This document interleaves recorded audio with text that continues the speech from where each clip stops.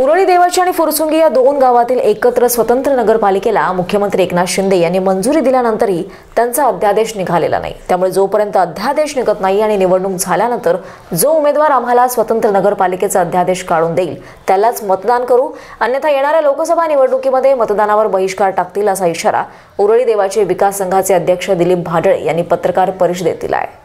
उमेदवारांच्या प्रचाराला सुद्धा गावबंदी करणार असं सुद्धा या पत्रकार परिषदेत सांगण्यात आलंय। स्वतंत्र नगरपालिकेच्या अध्यादेशाची खात्री जोपर्यंत मिळत नाही तोपर्यंत आम्ही मतदानावर बहिष्कार टाकत आहोत असा इशारा त्यांनी नुकताच या पत्रकार परिषदेत दिलाय। ऐन लोकसभेच्या निवडणुकीच्या तोंडावर उरळी देवाची विकास संघानं आक्रमक पवित्रा घेतलाय। निवडणुकीवर याचे खोल पडसाद उमटू शकतात। जो करेल आमचं काम त्यालाच आमचं मतदान असा पवित्रा या विकास संघानं घेतला असून याच नाही तर यापुढच्या निवडणुकांमध्ये आम्ही आमची स्वतंत्र नगरपालिकेची मागणी पूर्ण करणाऱ्या उमेदवाराच्या पाठीशी ठामपणे उभे राहू असा विश्वास सुद्धा या प्रसंगी देण्यात आला आहे। दिलीप भाडळे उरळी देवाची विकास संघाचा अध्यक्ष म्हणून काम पाहतो। आज या ठिकाणी नगरपालिकेचा जो काय आमचा GR आता अडकलेला आहे तो निघायला पाहिजे होता, परंतु या राजकारणामुळे आम्हाला आमच्या गावाला दोन्ही अडचणीत टाकण्यात आलेले आहे आणि हे अडचणीत टाकल्यानंतर आता आम्ही त्याच्यावरती आचारसंहिता संपेपर्यंत काहीच करू शकत नाही। तर याच्यावरती एकतर आम्ही इलेक्शनच्या काळामध्ये एकतर मतदानावरती बहिष्कार टाकू शकतो, दुसरी गोष्ट उमेदवारांना गावबंदी करू शकतो।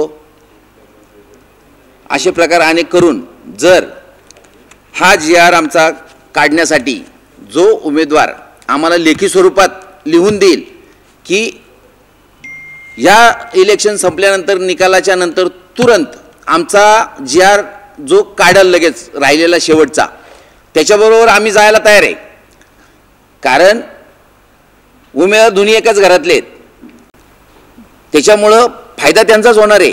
आम्ही कुणालाही मतं दिलं तरी पण आमचा GR जो काढेल, जो आम्हाला लेखी स्वरूपात लिहून देईल की बाबा हा GR आम्ही काढायला समर्थ आहे, ज्या वेळेस आचारसंहिता संपल निकाल लागेल कामकाज चालू होईल त्यावेळेस तुमचा GR हा काढला जाईल असं जो आश्वासन आम्हाला देईल किंवा लेखी स्वरूपात देईल आणि ते ग्रामस्थांच्या समोर आमच्या असं एकट्याला आश्वासन दिलं किंवा लिहून दिलं असं नाही, तर त्यांनी ते आम्हाला लेखी स्वरूपात द्यायचं आहे आणि काही शर्ती अटीवरती त्यावेळेस आम्ही टाकून त्यांच्याकडनं ते लिहून घेऊ। आम्ही शब्दाला जागणार, त्यांनी जागावं अशी अपेक्षा करणार, पण त्याही पुढे जर त्यांनी शब्द बदलला तर काही इलेक्शन एकच असते असं नाही, अनेक ठिकाणी परत परत इलेक्शन येत असतात। मग त्याच्यामध्ये आणखी वेगळं काहीतरी आम्हाला ठरवायचं त्यांनी वेळ आणू नये आणि आमची ही जी काय अडचण आहे आता करून ठेवलेली ती अडचण त्यांनी दूर करावी एवढीच आमची इलेक्शनच्या निवडणुकीच्या तोंडावरती अपेक्षा आहे। ह्याच्यापेक्षा वेगळी अपेक्षा आमची काहीच नाही। धन्यवाद। Bureau report, star Maharashtra news, Pune.